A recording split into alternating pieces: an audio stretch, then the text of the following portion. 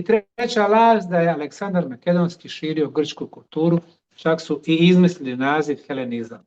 Na bazi te tri neistine oblikuje se istorija Balkana u zadnjih 150 godina.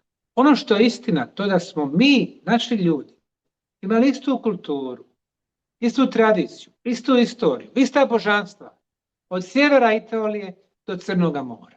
Ali naši osvajači, prije svega antički Rim, koji je vršio urbicid, kulturocid i genocid, ne samo pljačkao, nego sistematski uništavao naše kulturno nasljeđe i naše ljude. Zatvarali su nas u provincije, huškali jedne protiv druge i mi smo ratovali jedni protiv drugih.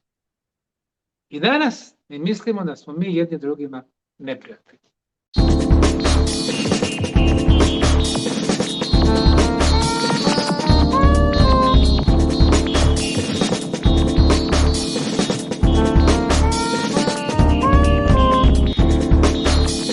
Здраво на сите, добре дојдовте на уште еден подкаст на каналот Татончо. Денеска за прв пат имаме еден ексклузивен гостин, човекот кој што е жива легенда на балканските и на пошироките простори, доктор Семир Османагич. Докторе Османагич, добре дојдовте на каналот Татончо. Hvala lijepa na pozivu. Би сакал да прашам, имаме три фасцинантни документи. Вие многу пати имате зборувано за нив. Сумерската листа на кралеви, Торинската, односно египетската листа на кралеви и го имаме списокот на предпотопни патриарси од Библијата. Тоа се многу специфични документи. Што ни говорат овие три документи? Што знаеме од нив? Sva tri dokumenta su originalna i legitimna. Kada govorimo o Torinskoj listi kraljeva, to je jedan od 6 dokumenata koji daje spisak vladara u Egiptu.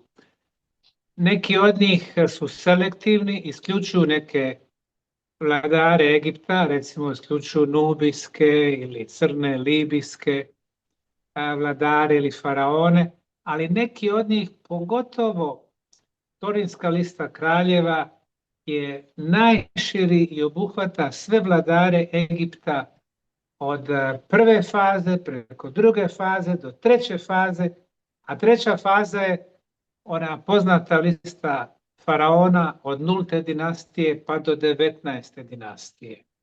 Zašto je ovaj dokument bitan? On se ne nalazi, nažalost, u Egiptu.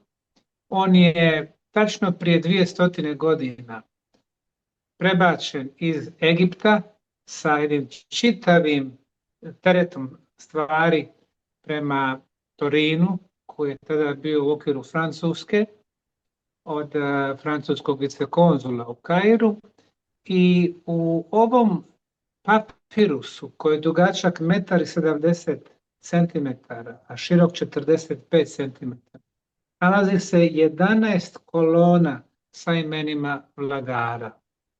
Pomenuo sam prvu, drugu i treću fazu. Treća faza je posljedna faza koja je krenula prije 5100 godina. I u toj fazi imamo poznate već, kako ih mi zovemo, faraone. Mada to ime je došlo tek kasnije sa grčkim jezikom prije nešto više od 2000 godina, 2300 godina. U toj fazi imamo faraone 0. prve dinastije, 2., 3., 4., u 4. su faraoni Keops, Kefen, Mikerene, tako dalje, 5. pa sve do 19. Ti su vladari Egipta, nama dosta poznati i znamo otprilike koliko su vladali. Neki 2, 3, 10, 20 godina, a neki kao Ramzes II 67 godina. Dakle, tu nema nikakvog problema jer je riječ o homo sapiensu. Faza prije toga je faza polubogova ili spiritualnih vladara, spiritualnih bogova, koji su vladali u prosjeku 200 do 300 godina svaki. I prethodna faza je faza bogova, koji su vladali u prosjeku 1000 godina svaki. U ovom papirusu se to pominje kao faza tokom Venerable Shemsu-Hor, dakle tokom vrlo respektabilnog polubožanstva Shemsu-Hora i faza prije Shemsu-Hora. Te dvije faze zajedno su trajale više od 36.000 godina. 23.000 plus 13, dakle 36.000 godina. Kad dodamo 5.100 godina, treća faza, govorimo otprilike od 42.000 godina unatrag. I čini se da je to pravi početak vladara na tlu Egipta. Više od 40.000 godina. Ono što je interesantno, također u papirusu stoji da su prvi bogovi se spustili sa nebeskog kraljevstva na zemaljsko kraljevstvo. Otprilike govoreći nešto i u porijeklu tih bogova, jer ukoliko su, ali sa malim b, ne sa velikim b bog, ukoliko su zbilja živjeli do 1000 godina, logično bi bilo očekivati da su imali i tehnologiju kojom je bilo moguće dizajnirati, oblikovati, transportovati i graditi monumentalne strukture kao što su piramide ili hramovi. To je taj vrlo važan dokument, za mene on je najvažniji artefakt koji je iz Egipta. Drugi dokument odnosi se na listu kraljeva koja je malo istočniji, dakle na sumersku listu kraljeva. Tu nije riječ o papirusu, tu je riječ o kamenoj ploči na kojoj su uklesana imena vladara i datumi kada su vladali. Oni također imaju 3 faze. Faza bogova, faza manjih bogova ili polubogova i faza djece bogova.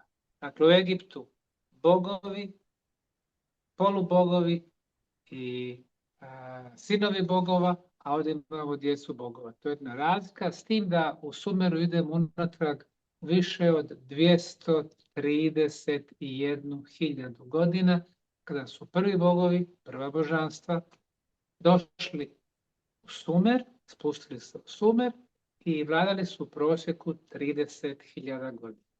Alulim i Aladžar 36.000 i 28.800 godina. 10 takvih vladara, sve do unatrag nešto više od 30.000 godina, kad dolaze ti manji bogovi. Oni više nisu vladali po 30, već po 1000 godina i ta se faza u potpunosti poklapa sa onom egipatskom. Ono što je interesantno reći to je da je prije više od 30.000 godina, između 32 i 34.000 godina bila jedna globalna katastrofa.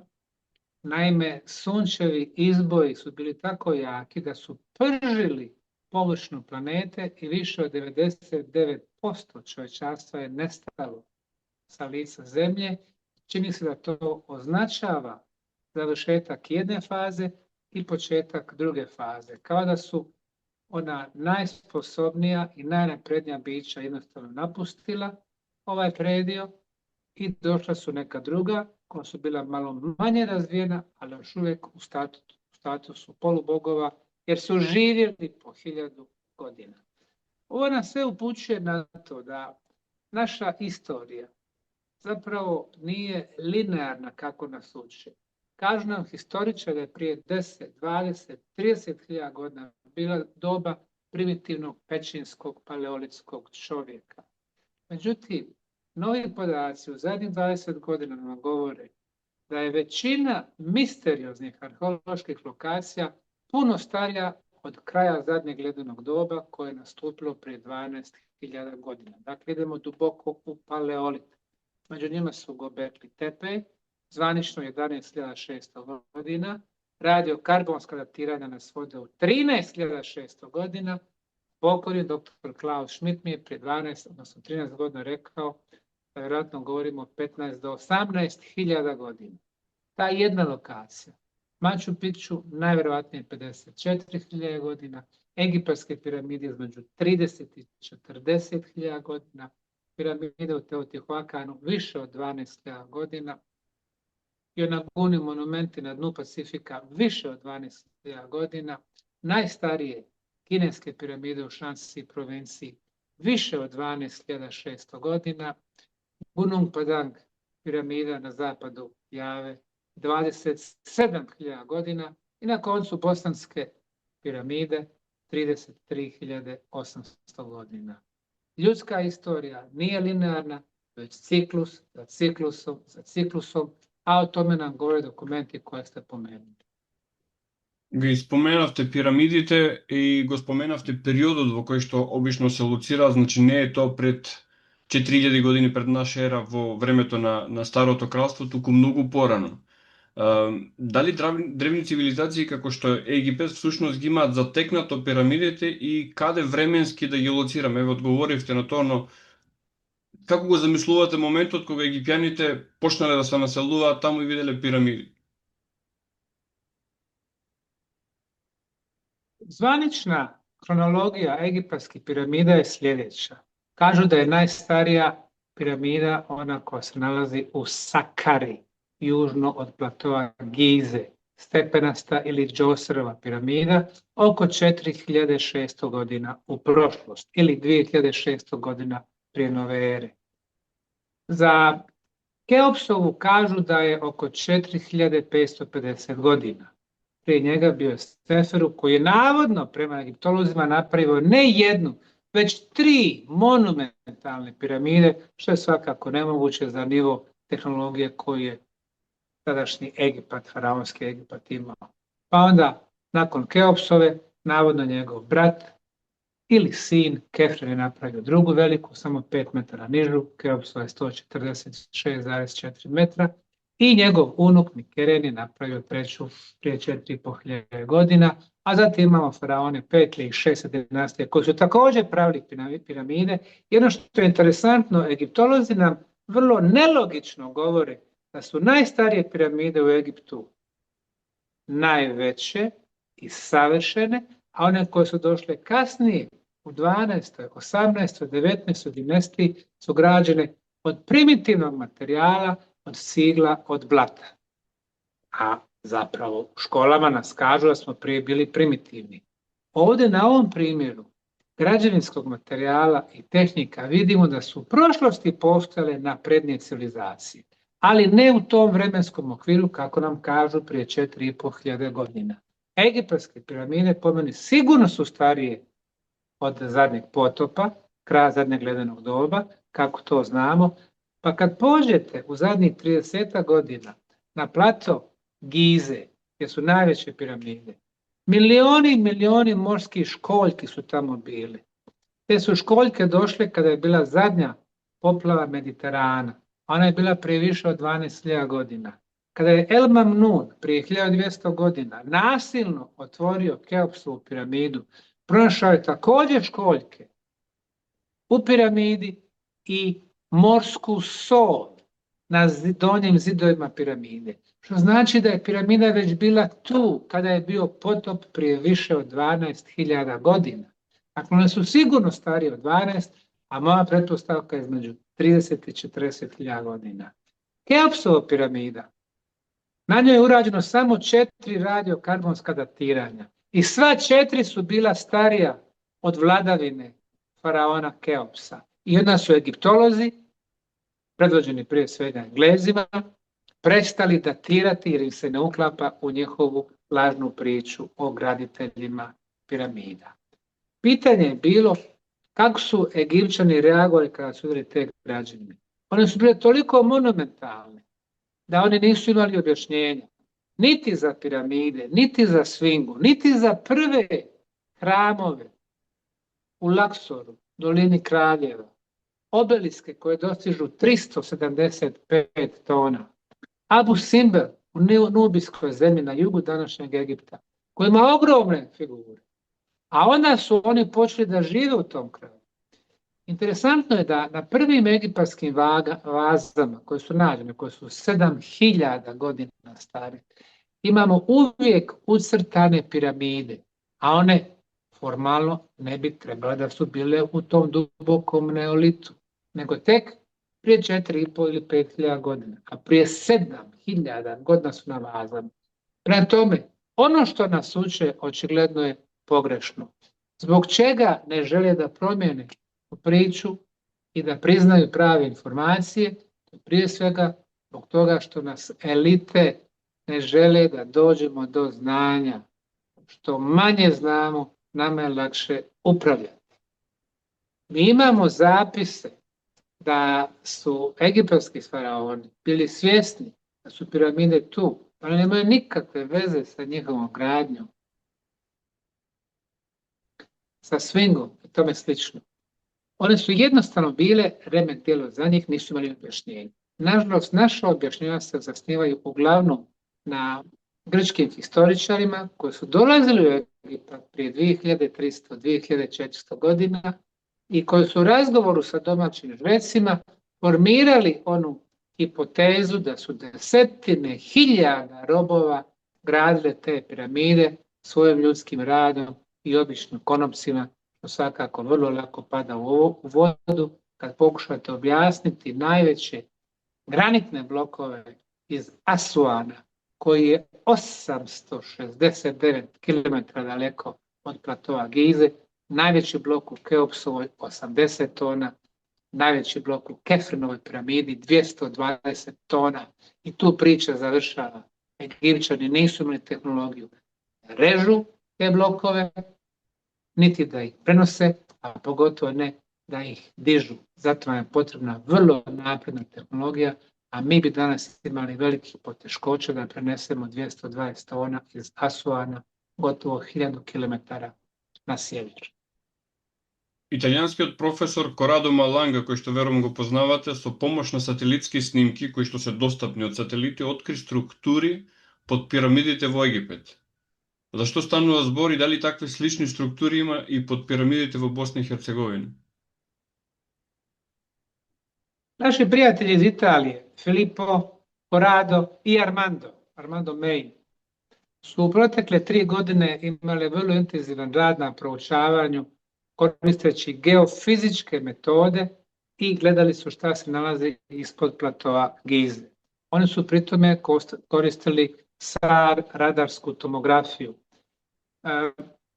Tu tehnologiju koristimo i mi u visokom, međutim ona je zemaljska. Vi imate taj georadar koji vučete preko površine i imate nekoliko različitih antena, različitih frekvencija koje mogu da daju jasniju sliku na niže dubine ili malo zamagljeniju sliku, ali na većim dubinama. Oni su radili nešto drugo. Oni su koristili postojeće satelite iz projekta Kopernikus, to je projekat Evropske unije, gdje su čak informacije besplatne. Imate neke satelite gdje se plaća, oni su imali besplatan pristup. Svaki put kada bi satelit preletio iznad platoa Gize, oni bi uzimali podatke i tu bi radarske zrake koristili kao antenu. Ono što sam ja naučio, što je duža antena, vi možete dublje da prodrijete ispod zemlje. A oni su koristili radarske zrake, dakle imali su ogromnu antenu, da tako kažemo, tako da su dobili do sada neviđenu sliku. Oni su 15. maja 2025. godine na velikoj preskonferenciji objavili vijesti koje se sastoje od 5 elemenata. Prvi element, da u Keopsovoj piramidi nemamo samo 3 prostorije, već da imamo 5 prostorija. Četvrta se nalazi iznad velike galerije i ona je velika prostorija, što su potvrdili i Japanci svojom mionskom tehnologijom prije nekih 7-8 godina. 5. prostorija je u jednom od krajeva piramide i ona je manjih razmjera. Vjerujem da je to dosta tačno jer ja sam analizirao te njihove snimke. Jedini mali problem gdje se tačno nalazi ta prostorija, da li je neposredno iznad velike galerije, kao što to tvrde Japanci, ili kao što to tvrde Corrado i Filippo, nešto više. Sljedeći aspekt je postojanje ne 2, već 5 prostorija u Kefrenovoj piramidi i mislim da su tu pravu. Tu su prilično jasne slike da postoje te šupljine unutar piramide. Treća njihova tvrdnja, koja je naišla na dosta skepticizma u naučnim krugovima, je da se ispod Kefrenove piramide nalazi 8 podzemnih stubova koji su svrstani u 2 paralelna reda sa 4 stuba u svakom redu, sa najvjerojatnije silazećim stepenicama i da je dužina tih stubova 565 metara. To je gotovo nevjerojatna mogućnost da je neko uspio da na takvoj dubini kada jedan vrlo čvrst materijal obradi i napravi stubovi. Četvrti aspekt je da se ti stubovi nadovezuju na dvije ogromne prostorije koje imaju dimenzije 80 puta 80 metara. Fudbalski stadion ima 110 metara ili 120 metara dužine. 80 puta 80 to je ogromna zapravo površina, odnosno kubikaža. Za ovaj treći i četvrti, za ovaj treći gotovo sa sigurnošću mogu reći da su u pravu. Mi smo skenirali, na primjer, naš tumulus. Tumulus je u arheologiji jedno konusno vještačko umjetno uzvišenje. Tumulus u mjestu Vratnica koje je neposredno uz Bosansku dolinu piramida i dio je našeg kompleksa i imamo takav jedan profil koji je uspravan, vertikalan, gdje najvjerojatnije imamo prostorije i imamo prolaze prema naniže. I peta tvrdnja je da se na dubini od 2300 metara nalazi čitav podzemni grad. S tim ja imam malo nedoumica. Prvo, to je to tehnički gotovo nemoguće napraviti. Na dubini od više od 2 km napravite podzemni grad. Međutim, tamo jeste neka anomalija. Da li je tu riječ o podzemnim, prirodnim pećinama, prolazima ili nečemu drugom, teško je reći. To je tih 5 elemenata koje su objavili u tom svom prvom saopštenju na bazi njihovog prvog duplo recenziranog članka objavljenog u naučnom časopisu. U kontaktu sam s njima, u pravu ste, ono što su mi rekli to je da rade sada na dodatku koji će biti još spektakularniji, gdje će dubine biti još veće. Iskreno da kažem, vrlo sam nestrpljiv da vidim šta će objaviti.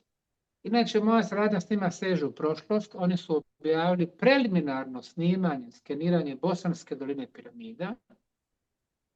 Kao što možda neki od vaših slušalaca znaju, mi u Visokom imamo kompleks od 6 piramida koje zovemo bosanskim piramidama Sunca, Mjeseca, Zemlje, Zmaja, Ljubavi i 6. piramida.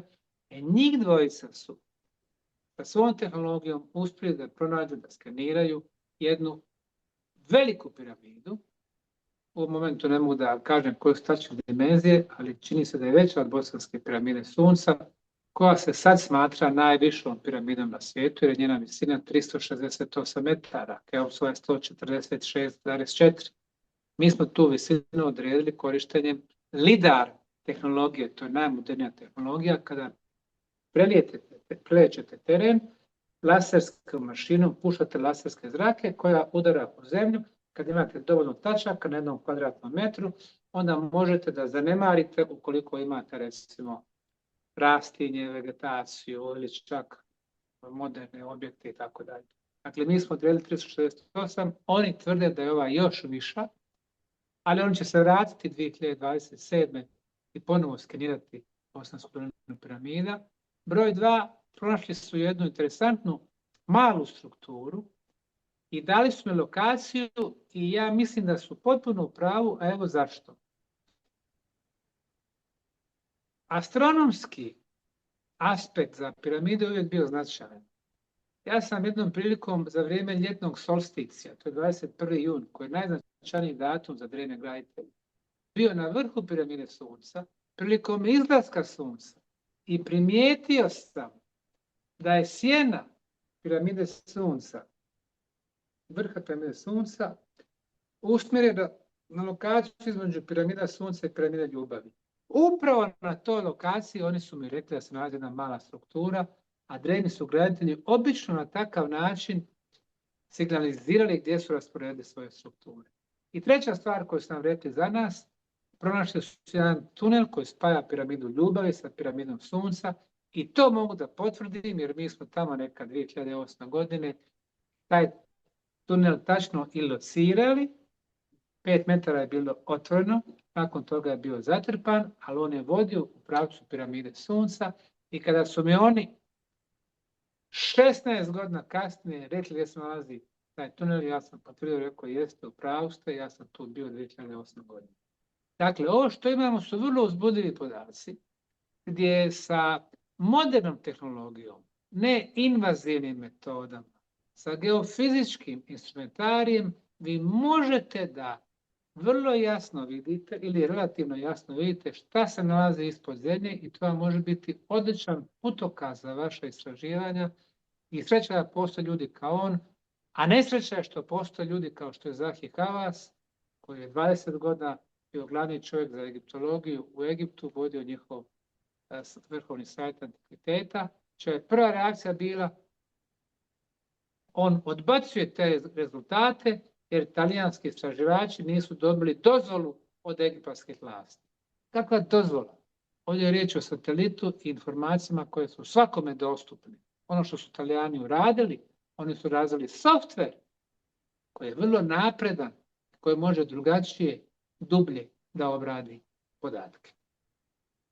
И сега да поразговараме малце за вашиот проект, значи пирамидите во Високо Босна и Херцеговина и кои се вашите сознанија за нив. Работите повеќе од 20 години, значи на нивно истражување и она што ми е како подпрашање колку всушност во времето кога биле градени овие објекти просторот на Балканот бил единствен цивилизацијски и културен простор. Pravo ste, mi smo 2025. proslavili 2 decenije, 20 godina od početka projekta istraživanja bosanskih piramida. Evo šta smo postigli. To je postala najaktivnija arheološka lokacija na svijetu. Svake godine imamo stotine i stotine volontera, istraživača, naših radnika koji rade na projektu. Ne 15 ili 30 dana kao drugi arheološki projekti, već svih 12 mjeseci. Do sada smo pronašli, kao što rekao, 6 piramida. Piramida Sunca je najviša na svijetu, piramida Mjeseca sa visinom od 190 metara je druga najviša na svijetu za sada. Imamo barem 2 tumulusa, jedan je u mjestu Vratnica, drugi u mjestu Ginje. Imamo do sada 7 pronađenih ulaza u prahistorijske podzemne tunele. Nazvali smo ih ravne 2, 3, 4, 5, 6 i tuneli KTK. Do sada smo očistili 3,6 km tih podzemnih tunela. Znate, kada u arheologiji pronađu 50 metara prahistorijskih tunela, recimo Teotihuacan u Meksiku ili u Egiptu ili Peru, to je svjetska senzacija. 50 metara. A mi imamo 3,5 kilometra. I još uvijek mnogi osporavaju, kaže, to Osmanagić kopa tunele. To je tokom Jugoslavije napravljeno i slične besmislice. Dakle, imamo jedan ogroman kompleks koji je zbilja barem 50 kvadratnih kilometara i koji će trajati decenijama i decenijama i kada nas više ne bude.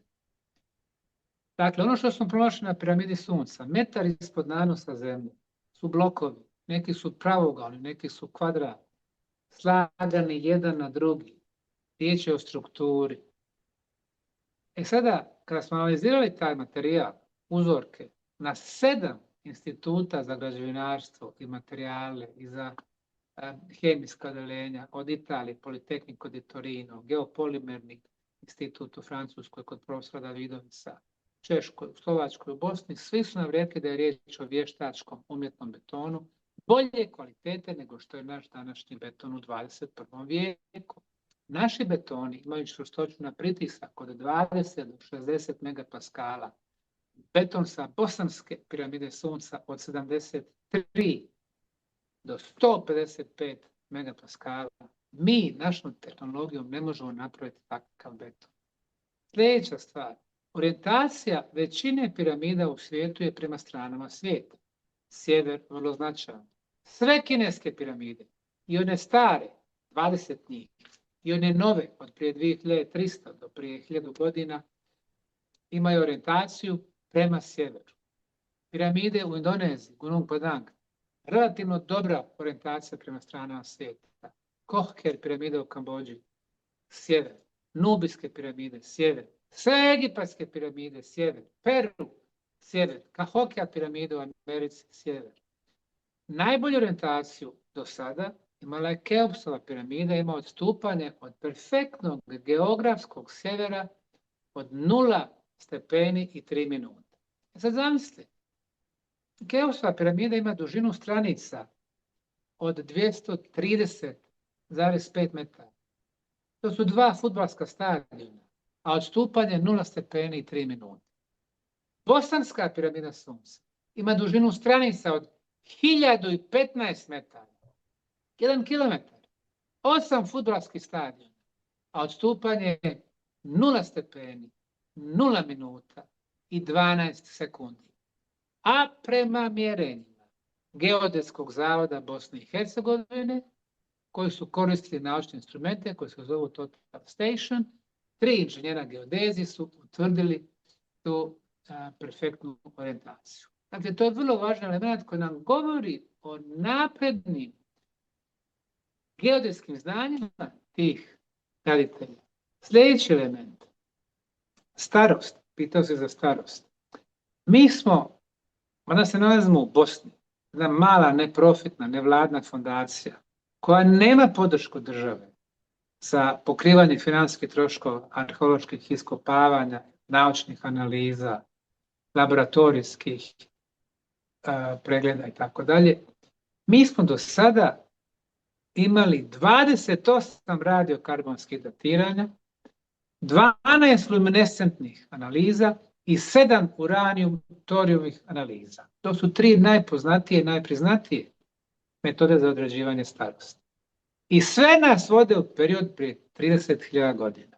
Možda najpoznatiji uzorak koji smo analizirali, pronađen na našoj sondi broj 12, na sjevernoj strani Bosanske piramide Sunca, između 2 pravougalna bloka, našli smo 2 fosilizirana lista. Kako su oni dospjeli tu? Drevni su graditelji izlijevali prvi red betona, drugi sloj betona, treći, zapuhao je vjetar, donio je to lišće, a oni su stavili posljednji sloj betona. To lišće je organski materijal, ono će nam dati pravu starost piramide Sunca, a ona iznosi 33.800 godina. Dakle, time postajemo zvanično najstarija građevina na svijetu, ali ja vjerujem kada se jedanput potvrdi prava starost i egipatskih, i meksičkih, i indonežanskih, da će to biti jedan isti vremenski period i tada će se istorija promijeniti. To su neki od naučnih pokazatelja. Ali pravo pitanje u vezi bosanskih piramida, ali i svih ostalih u svijetu je koja je svrha tih piramida. Tu nam arheolozi, geolozi, historičari, egiptolozi ne mogu pomoći. Današnje studente ovih predmeta ne uče o pravoj svrsi piramida, već ih uče kako naći komadiće keramike i primitivnog alata. Pa ne možete vi primitivnim alatom od bakra koji je mekani metal ili one pračke, ne možete vi time objasniti gradnju takvih monumentalnih građevina kao što su piramide. Mi smo morali otvoriti projekat svim ostalim naučnim disciplinama. Postali smo multidisciplinarni naučni projekat. Dakle, osim klasičnih disciplina koje sam sad nabrojao, mi imamo tu i visokotehnološke, georadarske, geotermalne, satelitske tehnologije. Imamo datiranja, nabrojao sam one 3 koje smo koristili. Imamo stručnjake za energetske fenomene, inženjere i fizičare. Dakle, elektroinženjere, inženjere zvuka, inženjere telekomunikacija, kvantne i nuklearne fizičare, medicinske doktore. Dakle, samo sa svim tim naučnim disciplinama mi smo uspjeli da dođemo do odgovora koja je bila svrha bosanske piramide. Red. Na vrhu bosanske piramide Sunca 5 različitih timova iz 5 zemalja, iz Hrvatske, Srbije, Italije, Finske i Njemačke, su dolazili tokom ljeta, jeseni, zime i proljeća i potvrdili da imamo energetsku zraku koja je 4,5 metra radijusa na samom vrhu, koja se širi na 20 metara, na 4,5, 24,5, koja je 28 kHz frekvencije, koja je električna i ultrazvučna po svojoj prirodi i čiji se intenzitet povećava što se zraka više udaljava od vrha piramide. U nauci naš genijalni Nikola Tesla je izučavao ovu vrstu suptilnih energija zaključujući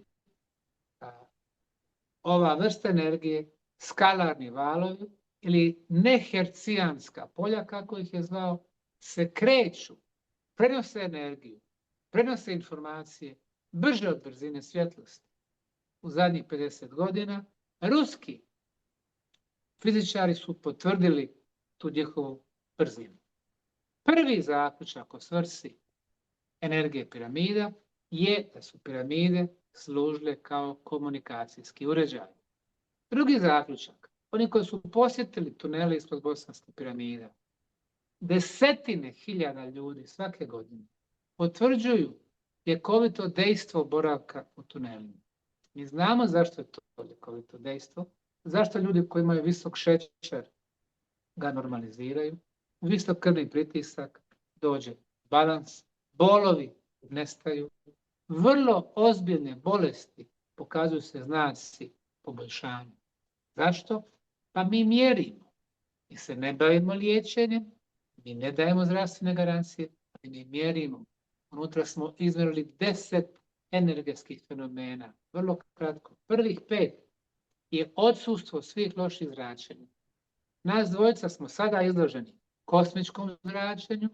Neka od tih zračenja su za nas štetna, napadaju organizam, naše se ćelije brane protiv neprijatelja. U tunelima 25-30 metara ispod zemlje nema štetnog kosmičkog zračenja. Nema prirodne radioaktivnosti, to mjerimo Geiger-Millerovim brojačem. Nema geopatogenih zračenja, to su podzemne vode, Hartmanova raskršća, Karijeva raskršća, Schneiderova raskršća. O tome nas ne uče u školama, ali to su vrlo realne pojave koje uzrokuju bolesti kod ljudi. U tunelima one su sve neutralizirane. Broj 4, u tunelima nemate zračenja koja dolaze kao signal za mobitel, cell phone. 3G, 4G, 5G, sutra 6G. Kad pričate 15 minuta na telefon, on vam sprži 150.000 ćelija. Broj 5, u tunelima nemate signala za Wi-Fi, za internet. Jako loše zračenje. Prvi put kada uđete u tunele ispod Bosanskih piramida, vaš organizam nema neprijatelja.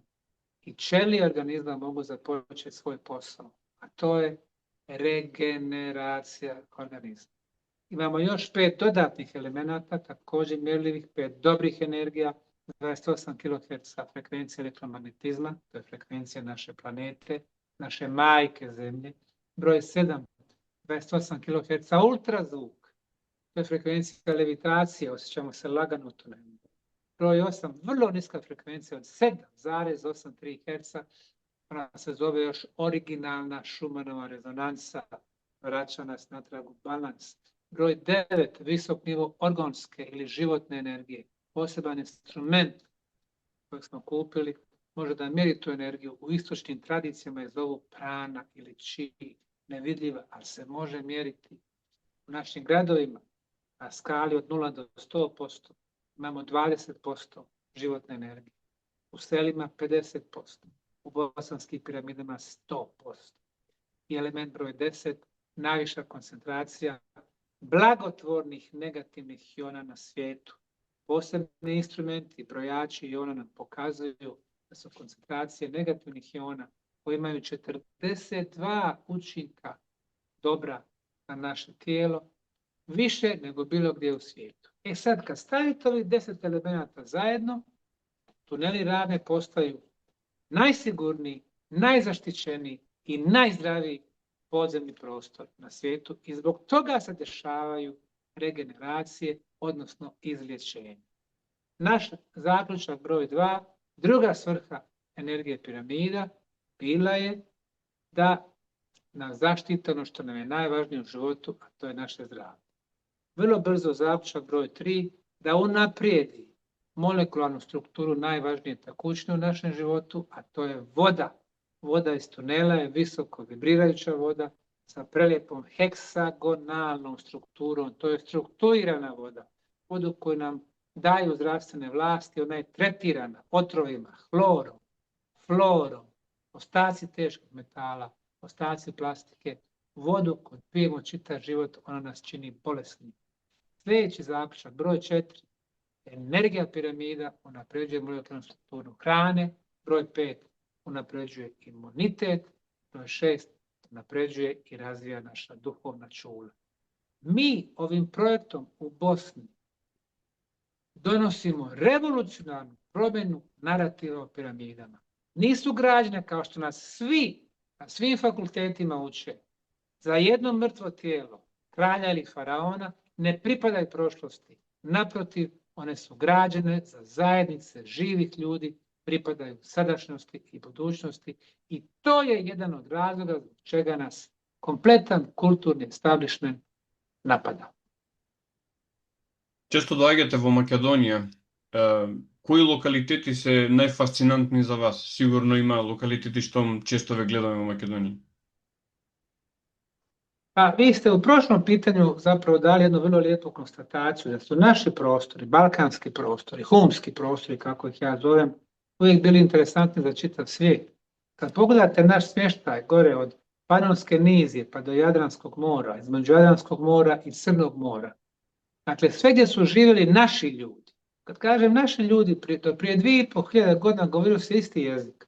Od sjeverne Italije, Veneti, Ilirske zajednice, naši ljudi, preko Histra, Slovenija, Hrvatska, naši ljudi, preko Liburna, od rijeke pa južnije, preko Delmata, Dalmatinaca, Dezidijata, središnja Bosna, Breuci, Posavina, Panoni, Vojvodina, Tribali, Srbi, Makedonci, naši ljudi, Tračani, Dačani, Bugari, Rimuni. Dakle, to sve bio jedna kulturna cjelina, jedan jezik. Međutim, Berlinski kongres je to sve poremetio, dao je 3 velike neistine. Prvo da smo mi potomci Slovena, krivo. U našoj krvi teče krv autohtonih naroda sa ovog područja koji su ovdje već desetine hiljada godina. Neki je zovu ilirski gen, možemo ga zvati dinarski gen, to je naš gen. U Bosni i Hercegovini 51% je tog ilirskog gena. Druga laž koju sam vam rekla da su Albanci potomci Ilira. Jedino malo u sjevernoj Albaniji ima tog ilirskog gena, ostalo nisu potomci. I treća laž da je Aleksandar Makedonski širio grčku kulturu, čak su i izmislili naziv helenizam. Na bazi te 3 neistine oblikuje se istorija Balkana u zadnjih 150 godina. Ono što je istina, to da smo mi, naši ljudi, imali istu kulturu, istu tradiciju, istu istoriju, ista božanstva, od sjevera Italije do Crnoga mora. Ali naši osvajači, prije svega antički Rim, koji je vršio urbicid, kulturocid i genocid, ne samo pljačkao, nego sistematski uništavao naše kulturno nasljeđe i naše ljude. Zatvarali su nas u provincije, huškali jedne protiv druge i mi smo ratovali jedni protiv drugih. I danas mi mislimo da smo mi jedni drugima neprijatelji. Bugari, Makedonci, Srbi, Hrvati, Bosanci, Hrvati, Srbi i tako dalje. Krivo. Oni treći koji su koristili tako uspješnu maksimu zavadi pa vladaj, su se smijali iza scene, davali nam novac da ratujemo jedni protiv drugih, čak nas i naoružavali. To su činili prije 2000 godina, to su činili tokom Bizantije, u ranom srednjem vijeku, u kasnom srednjem vijeku, to su činili u 18. vijeku, to su činili tokom prvog i drugog Balkanskog rata, to su činili tokom prvog i drugog svjetskog rata, to su činili tokom 90. godina. Kada je Austro-Ugarska dobila na Berlinskom kongresu Bosnu, zamislite dobila, kako vi možete dati planine, rijeka, jezera, ljude iz jednih ruku osmanskih u druge, Austro-Ugarske, kao za nekakve pare? Čemu govorite? Kad su shvatili da su se tadašnji muslimani i pravoslavci digli, rekli su nećemo novog osvajača, dosta nam je osvajača. A Austro-Ugarska je poslala vojsku koja je bila sačinjena isključivo od Hrvata i nešto Slovenaca, Čeha, Slovaka i Poljaka. Dakle, Slavena, naše braće. Braća stalno ratuju međusobno. Time smo došli do druge najzastupljenije haplogrupe u našoj, mojoj, tvojoj krvi, a to su Sloveni. Slovena na tlu BiH ima 18%. To je naša genetika. Dakle, 51% ilirskog, 18% slovenskog i 13% tračkog ili tračanskog gena. I to je sve isprepleteno. Ova kombinacija vlada svuda. Jedino je malo različita u Sloveniji, tamo je dominantna grupa Slovena, više od 22%, tek je na drugom mjestu Ilirska, treća tračanska. Srbija i Hrvatska vrlo slično, 40% ilirske, 15 do 20% slovenske, ostalo je tračka. Makedonci u doba Aleksandra Makedonskog, prije 2350 godina, i ovi danas imaju istu haplogrupu, genetski isti narod, jedino malo dodataka slavenske krvi. Dakle, kad se pitamo čiji je Aleksandar Makedonski, niste na to pitali, ali odgovorit će na vaše pitanje. Kad se pitamo čiji je Aleksandar, šta nam kaže? Berinski kongres kaže on je širio grčku kulturu. Šta nam kaže sveznajući Google ili AI? Ukucajte kojim jezikom je govorio Aleksandar Makedonski. Dobište odgovor pod A, grčki, pod B, dijalekt grčkog jezika. Netačno. Aleksandar Makedonski bio je Makedonac. Govorio je makedonski jezik. Njegov otac, Filip II. Makedonski, bio je Makedonac. Govorio je grčki jezik. Svi Aleksandrovi generali, a nije imao ni jednog grčkog generala, svi Aleksandrovi generali bili su makedonski generali, svi su znali makedonski. Poneki, kao Ptolomej, govorio je i grčki, koji su bili malo bolje obrazovani. I Aleksandar je govorio grčki. Uostalom, imao je Aristotela, kao jednog od svojih učitelja, tokom tinejdžerskih dana. Ali on za sebe kaže, Demostenu, svoje sam djetinjstvo, kad je bio dječak, proveo na sjeveru, sa tribalima, Srbima i Ilirima. Za njega su Iliri bili zapadno od Drine, Bosna, Crna Gora, Hrvatska, Slovenija, sjeverni dio Albanije. I kaže, mi smo svi govorili isti jezik. I zato smo mi braća. A sad je to genetski potvrđeno. Dakle, oni Makedonci i ovi Makedonci isti. Da li je ista makedonska država? Pa nije. Današnja Makedonija je bila u sastavu one nekadašnje Velike Makedonije. Otprilike 40% je činila te Makedonije. Ostatak, sjeverna Albanija, današnja južna Srbija, sjeverna Grčka, veliki dio Bugarske. To je bilo 100% teritorija te makedonske kraljevine. Ali kompaktna današnja Makedonija bila je tamo. I sad kad shvatimo da je najveći vojskovođa svih vremena, čovjek koji je osvojio sav poznati svijet, koji je prebacio svoj glavni grad u Babilon, Makedonac, a ne Grk, i njegov maternji jezik nije bio grčki jezik, onda shvatamo zbog čega je Grčka i EU bila toliko protiv makedonskog imena. Jer da su prisilili sramno makedonsko rukovodstvo da promijeni ime svoje države od Makedonije ili bivše Jugoslovenske republike Makedonije, postala je Sjeverna Makedonija. Šta znači Sjeverna Makedonija? To je naziv za jednu provinciju. Ako ste vi Sjeverna Makedonija, dakle gdje je prava Makedonija, gdje je jezgro, ispada da je u Grčkoj. Što je netačno.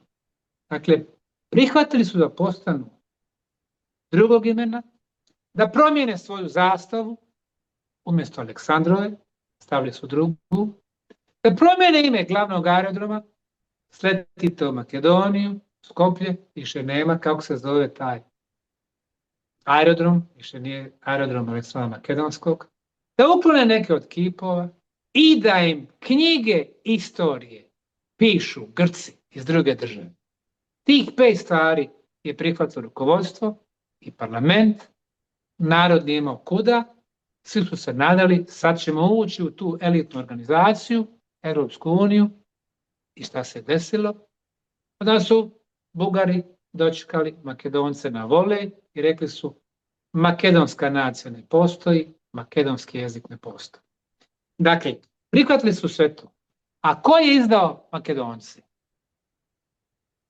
Dakle, Makedonaca nije puno. Uvijek je bilo 2 miliona, sad je sigurno puno manje. Što ljudi odlaze i tako dalje, vakcina čini svoje.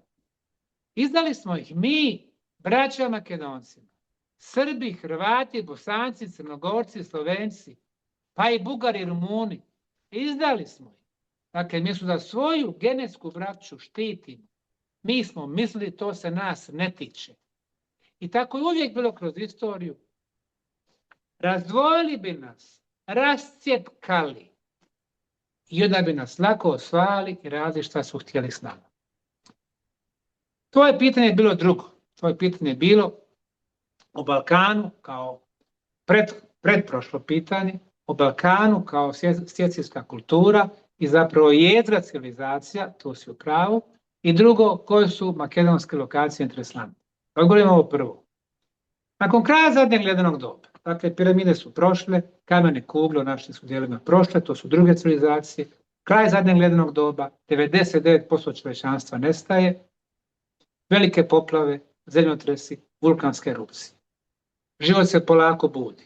Gdje su u Europi prvo probudili, gdje su prve oaze čovjeka u Europi? Kod nas, Lepenski vir na Dunavu, današnja granica Srbije i Rumunije, nekada Jugoslavije i Rumunije. Koja je prva kultura u Europi koja je imala poljoprivredu i stočarstvo i kuće? Naša starčevačka kultura, dakle jezgro te kulture je današnja Slavonija, Vukovar, Vinkovci, mada je ime dobila po mjestu Starčevu, to je naselje u Pančevu. Koja je prva civilizacija u Europi?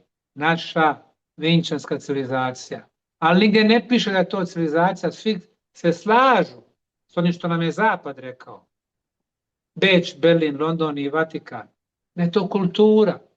Pazite, ja sam doktor sociologije i historije. Ja znam razliku između kulture, koja je niži nivo, i civilizacije, koja je najviši nivo socijalnog organizovanja. Dakle, Vinča, samo mjesto Vinča, bilo na ušću Save i Dunav, današnji Beograd. 2800 ljudi. Zamislite, prije 7400 godina, kada su ljudi u današnjoj Njemačkoj, Francuskoj, Španjolskoj, Italiji, Britaniji živjeli bukvalno u pećinama. Mi imamo kuće u Vinči. Mi imamo naselje od 2800 ljudi. Kod Kragujevca naselje od 5500 ljudi. U zapadnoj Bugarskoj naselje od 7400 ljudi. Imamo puteve koje se sjeku po 90 stepeni. Kuće od 20 do 80 kvadrata. Neke na 1, a neke na 2 sprata. Imamo prvo pismo, vinčansko pismo, koje je bilo simboličko, vrlo napredno pismo. U rangu pisma Maja ili hieroglifa. Ali Zapad kaže, ne, to su obični znakovi. To je vrlo napredno pismo iznad današnjeg alfabeta, abecede, azbuke koje mi koristimo. Prva metalurgija u Europi bila je naša. Naši su preci talili bakar i zlato, ali nisu pravili oružje, već su pravili ukrase, ogrlice, narukvice, prstenje, ukrase za domaćinstva i pravili su alate, oruđa. Nijedan grad Vinče nije imao ogradu oko sebe. Zašto nije bilo zidine? Pa se nisu bojali, bili smo superiorni, svi ostali bili su primitivni, barbarski. Ali kada su ti barbari ili varvari sa istoka Anadolija, sa zapada, današnja Italija, Španija, Njemačka, sa sjevera, ovladali metalurgijom, počeli su praviti oružje, naoružavati bande koje su elegantno nazvali vojske, počeli su otimati od drugih, što su elegantno nazvali osvajanje. Od koga su oni pljačkali? Od onog koje je najviše imao. A ko je to bio? To smo bili mi, naši preci. Naš sistem vrijednosti, vinčanski, bio je onaj koji je spretan, vješt, sposoban, pošten, čestit, kreativan, on će imati. A onda je sa tim varvarima, sa istoka, zapada i sjevera, došao nov sistem vrijednosti. Onaj koji je beskrupulozan, onaj koji krade, onaj koji prijeti i onaj koji ima više naoružanja i veće vojske, on će imati. I gled čuda, taj se sistem vrijednosti nastavio preko Rima, preko Ugara, preko Austrijanaca, preko Mletaka, preko Osmanlija, preko Francuza, preko Engleza. I on se nastavio kroz 20. vijek, preko NATO i Varšavskog pakta i on se nastavlja i dan danas. Vrlo tužno. Možemo se samo nadati da će jedanput doći vrijeme kada će naše vinčanske vrijednosti ponovo zavladati. A gdje se pružila ta Vinča? Čitava današnja Srbija, istočna Hrvatska, veći dio današnje Bosne i Hercegovine, Gornja Tuzla, imala je sol za čitavu vinčansku zajednicu, veći dio Crne Gore, veći dio Makedonije, veći dio Bugarske, Rumunije. 25% Evrope. Ispunjavala je sve uslove da se zove civilizacija. Ali naši beskičmenjaci, arheolozi, istoričari koji se školuju vani, na zapadu, koji dobijaju stipendije, slušaju te svoje zapadne mentore i ne smiju da kažu pravu istinu. Tek nezavisni istraživači, evo kao što sam ja, uspijemo da kažemo i damo ovu sliku koja nije romantična, već zasnovana na fakti. I na koncu odgovor na tvoje pitanje, makedonske lokacije. Bilo je sasvim logično da će se poslije Lepenskog vira, Starčeva i Vinče razviti na svim ostalim prostorima megalitne kulture. Počev gore od Slovenije, nekadašnja Emona, današnja Ljubljana, velike megalitne lokacije sa uspravljenim megalitnim blokovima, uništene 1960. godina kada su u Ljubljani gradili shopping molove. Preko Aserije, Varvarije, Imotske krajine u današnjoj Hrvatskoj, megalitne lokacije koje nisu stigli da unište rimski varvari. Daošson na tlu Bosne i Hercegovine, tačnije Hercegovine kod Stoca, megalitne zidine, neko od njih imaju poligonalne blokove, ne samo 4, već 6 i više stranica, 3, 5, 8 tona. Meteon kod Podgorice, 12 km udaljen, također megalitni zid koji nije uništen. A u Makedoniji više od 5000 godina stare astronomske observatorije. To je naš pokojni prijatelj, direktor muzeja u Kumanovu, rekao prije 25 godina da je to korišteno kao astronomska observatorija prije 5100 godina. Kompletna arheološka zajednica Makedonije ga je napala, izvrgla ruglu, smijala mu se. Bio uporan i grčki astronomi su mu pomogli da dokaže da je u pravu. Ako imate sa jednog mjesta posmatrate kretanje najvažnijih kosmičkih objekata, to su u našem suncu, u našem slučaju sunce i mjesec, tokom najvažnijih datuma, ljetni i zimski solstici, proljetna i jesna ravnodnevnica, 4 lunarne faze mjeseca, a oni su to posmatrali sve sa jednog mjesta. Izlazak i zalazak sunca. To jeste astronomska observatorija. Genijalno da su uspjevali u onom vulkanskom kamenu da naprave takve prolaze gdje će se sunce pojaviti samo jedan dan u godini, recimo tokom ljetnog solsticija. To se graniči sa genijalnošću Maja ili genijalnošću graditelja bosanskih piramida, odnosno naših piramida sunca i mjeseca i sjene upravo pokazuje kretanje sunca tokom ta 4 najvažnijeg perioda. Tako da Kokino, koji je ipak stekao određenu popularnost, Makedoniji prije nekoliko godina, to je bila godina Kokina, ljudi kad bi ulazili u Makedoniju vidjeli bi te postare, to je bilo lijepo, ali se još uvijek nekako drži podcijenjeno, pa pred Kokinom bi svaki dan trebali biti rijeke ljudi. A danas vi nemate dovoljno gostiju, turista da jednog stalnog vodiča zaposlite tamo. Dakle, moramo obratiti pažnju šta je vrijedno kod nas. Kokino je sigurno lokacija broj 1. Lokacija broj 2, manje poznata, Cocev kamen. To je jedna ogromna vulkanska stijena gdje su graditelji izdubili par prostorija sa jedne strane, istočne strane i par sa zapadne. Zašto istok i zapad? Pratili su kretanje sunca. Ali pošto sunce ne izlazi baš tačno na istoku za vrijeme ljetnog solstice, nego istok, jugoistok, oni su stavili iz te prostorije, kad se posmatra, neke megalitne stijene koje tačno pokazuju izlazak sunca, a onda sa druge strane te stijene zalazak sunca na zapad. Dakle, Cocev kamen, on jeste prirodna vulkanska velika stijena, ali na njoj očigledno imamo antropogene elemente. Dakle, čovjek je oblikovao taj prostor. Jedna stvar je bila za praćenje sunca, za praćenje mjeseca, druga stvar je bila za određene duhovne obrede.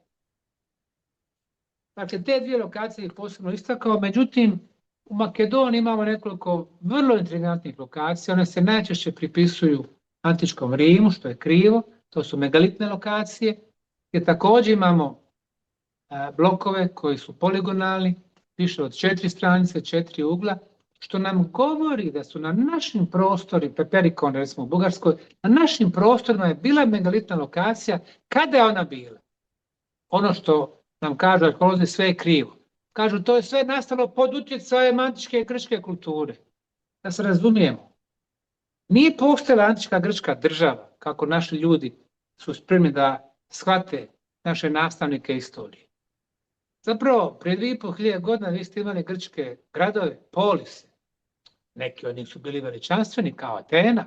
Atena je imala 150.000, možda čak i 200.000 ljudi 100 godina prije Aleksandra Makedonskog. Imala je sjajne filozofe, sjajne umjetnike, sjajne generale, sjajne kipare, Fidiju i tako dalje. Filozofe, malo najpoznatije, Aristotela, Platona. Međutim, to su bili gradovi, Teba, Memfis, Sparta i tako dalje. Makedonija je bila država sa kompaktnim teritorijom. Ali nisu tad gradili prije 2400, prije 2200 ili kao što nam kažu prije 2000 ili 2050 godina. Te megalitne lokacije. Gradili su ih prije 5000 godina. Dakle, da se naši arheolozi, istoričari, zbilja, sistematski posvete izučavanju naše istorije, to sve mijenja. Mijenja bližu i dalju evropsku i svjetsku istoriju. I koga dođete u Makedoniju naredен put i sa koja cel? Pa doći ću prije nego što ljudi misle da ću doći, naime drugi vikend u februaru dolazim u Makedoniju, najvjerojatnije ću imati predavanja u Skoplju, Sveti Nikole i Štip. Dakle, drugi vikend, ne znam koji je to, možda 12. 13. februar 2026.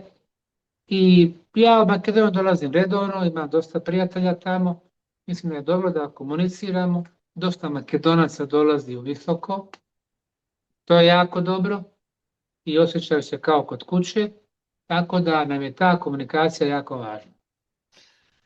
Доктор Османагијас, јас ви благодарам за ово гостување и се надевам нема да биде последно. Hvala lijepo na interesu.